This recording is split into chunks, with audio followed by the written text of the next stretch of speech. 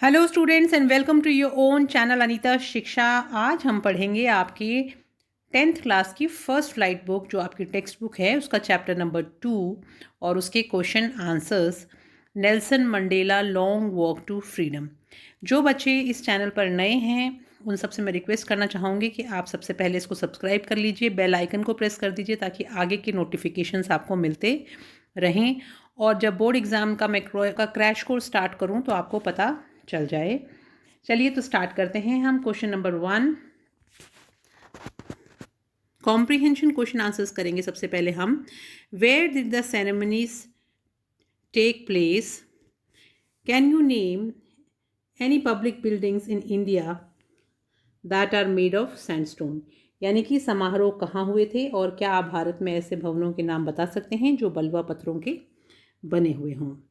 The ceremonies took place in the campus of Union Building of Pretoria, which were attended by dignitaries and leaders of many nations.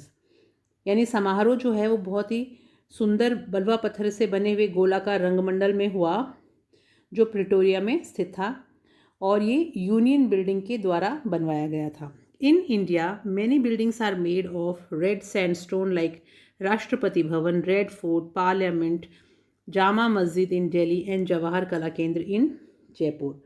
यानी कि भारत में भी बहुत सारी ऐसी खूबसूरत भवन हैं जो कि लाल बलुआ पत्थरों के बने हुए हैं, जैसे कि राष्ट्रपति भवन है, लाल किला है, संसद है, जामा मस्जिद है दिल्ली में और जवाहर कला केंद्र जयपुर में। नेक्स्ट क्वेश्चन देखते हैं। कैन यू से how 10th May is an autumn day in south Africa.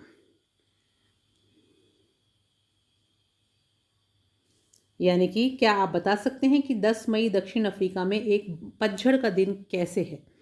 Geographically South Africa is in southern hemisphere, so seasons come first there.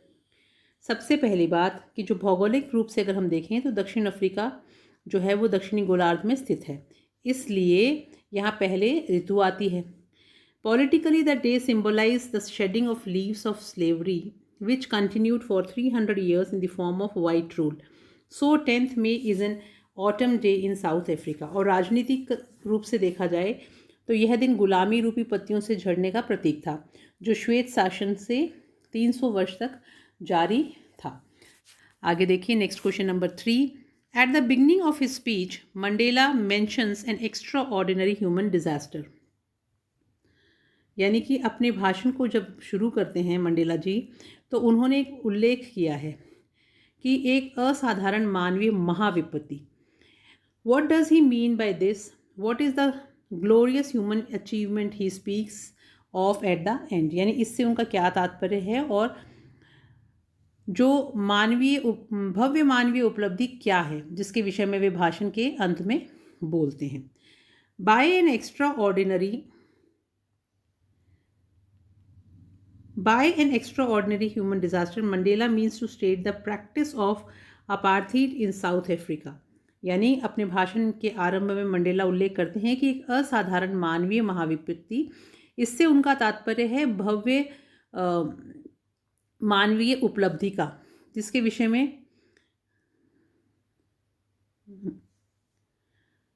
एक असाधारण।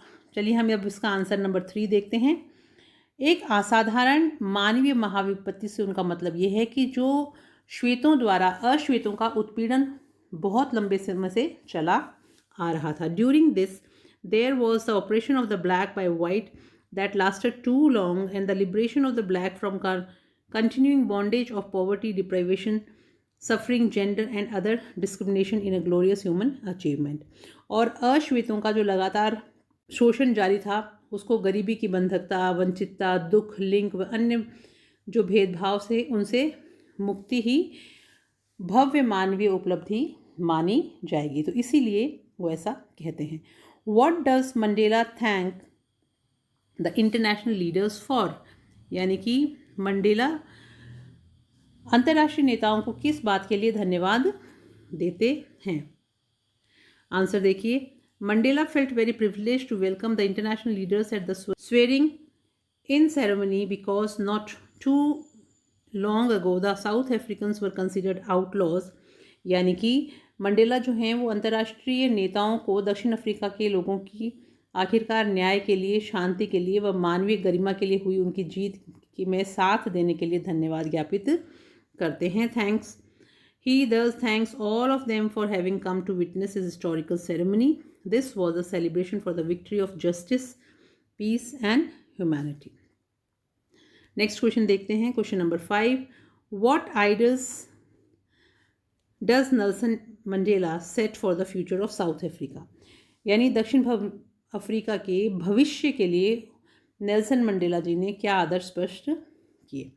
South Africa will never again experience the oppression of one by another. The people will be liberated from poverty, deprivation, suffering and discrimination. These ideals he set out for the future of South Africa. दक्षिण Africa कभी भी एक दूसरे के द्वारा उत्पीड़न की अनुभूति नहीं करेगा. लोगों को गरीबी, वंचितता, दुख व भेदभाव से मुक्ति दिलाई जाएगी.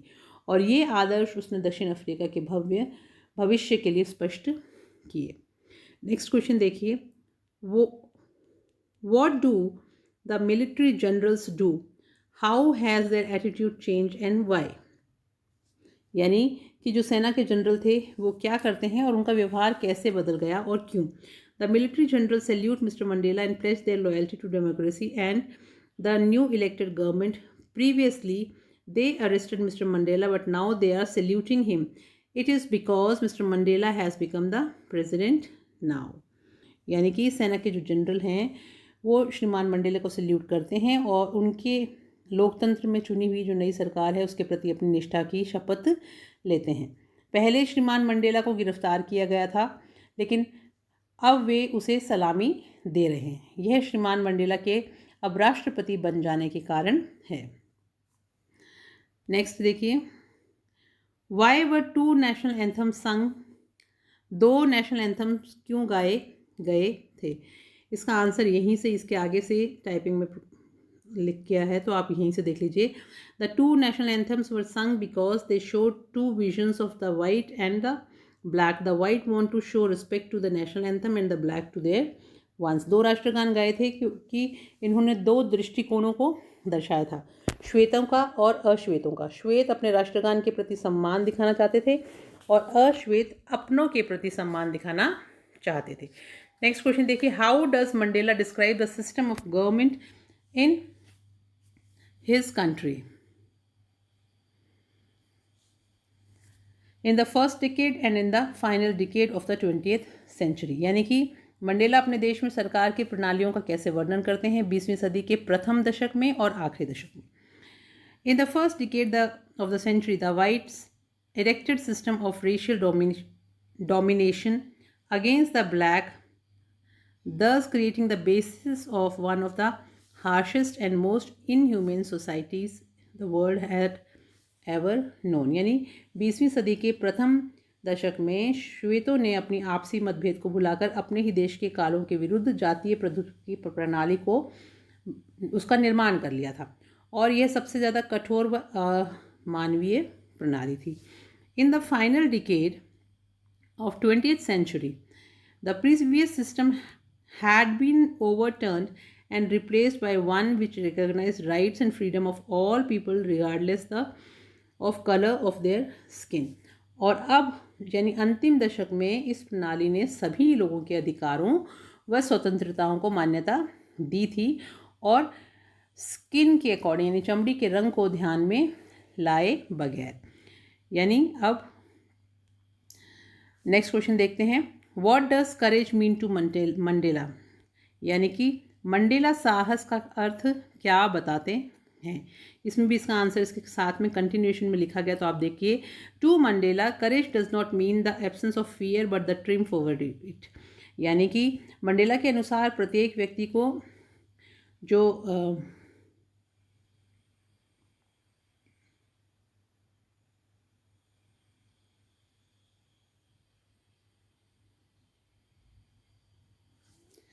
मंडेला के लिए साहस का अर्थ भय की अनुपस्थिति नहीं बल्कि इस पर विजय है.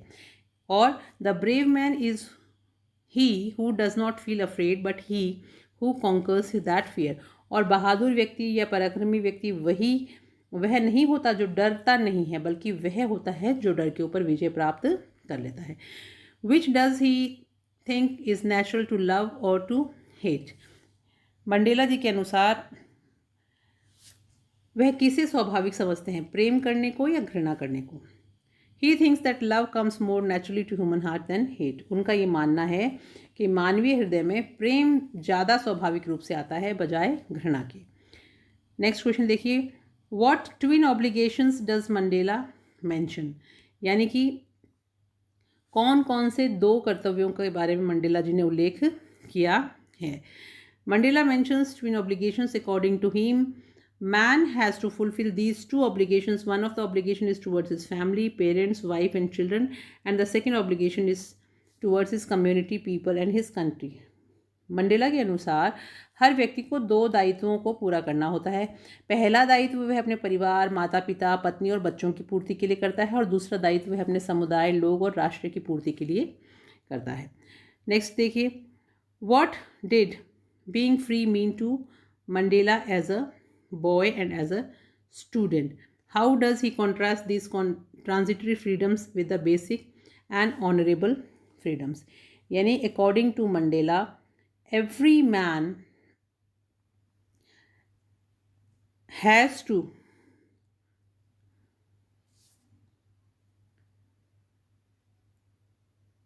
Mandela, being free as a boy means to run in the fields near the mother's hut, to swim in the clear stream, then ran through the village, to roast maize under the stars, and to ride the broad backs of slow moving bulls.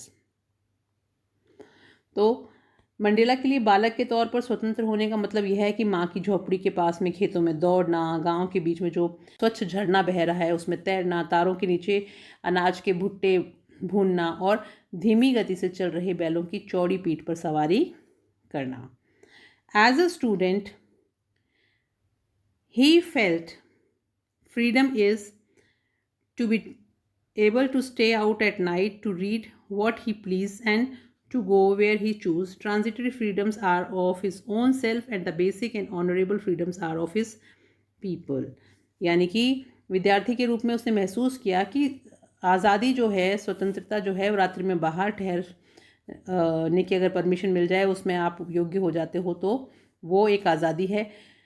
जो चाहे वो करना चाहो वो आप करो, जो चाहे पढ़ना चाहो वो पढ़ो, और जहाँ चाहना आपका इच्छा हो, जहाँ आप जाना चाहें वहाँ आप जाएं, उसको ही वो अपनी आज़ादी मानते हैं। और ये जो क्षणिक स्वतंत्रताएं उनके स्वयं के लिए थी, और जो मूलभूत व गरिमापूर्ण स्वतंत्रताएं हैं उनको उन्होंने सभी लोगों के लिए माना है। नेक्स्ट क्वेश्चन देखिए, does Mandela think the oppressor is free? Why or why not? No, Mandela does not think the oppressor is free, because a man who takes away another man's freedom is prisoner of hatred, prejudice and narrow-mindedness. The oppressed and oppressor alike are deprived of their community.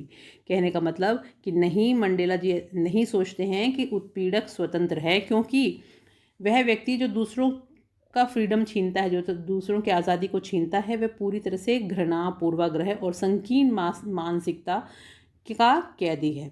वो अपने ही दिमाग की बेड़ियों में जकड़ा हुआ है। उत्पीड़क और उत्पीड़ित दोनों ही समान रूप से मानवता से वंचित होते हैं। तो बच्चों, आई होप आपको ये क्वेश्चन समझ में आ गए होंगे। टेक्स्ट बुक के ये ओरल कॉम्प्रिहेंशन क्वेश्चंस आज हमने विद आंसर्स पढ़े, और इसके जस्ट नेक्स्ट वाले वीडियो में मैं आपके साथ टेक्स्ट बुक के जो क्वेश्चंस हैं वो भी डिस्कस करूँगी, तो वो वीडियो भी आप लोग ज़रूर देख लीजिएगा। और अब चलते हैं, नेक्स्ट क्लास में फिर मिलेंगे, और आप लोगों से रिक्वेस्ट करूंगी कि जाने से पहले चैनल को लाइक, कमेंट और शेयर करना बिल्कुल मत भूलिएगा। अपने फ्रेंड्स के साथ भी शेयर कीजिएगा, ताकि 6th से लेकर 12th तक के जो भी बच्चे इंग्लिश पढ़ना चाहते हैं उनको इस चैनल से फ़ायदा हो और वो लोग अपने एग्ज़ाम की बढ़िया तैयारी कर सकें। सेफ रहिए, स्वस्थ रहिए और पढ़ते रहिए। Thank you, have a nice day.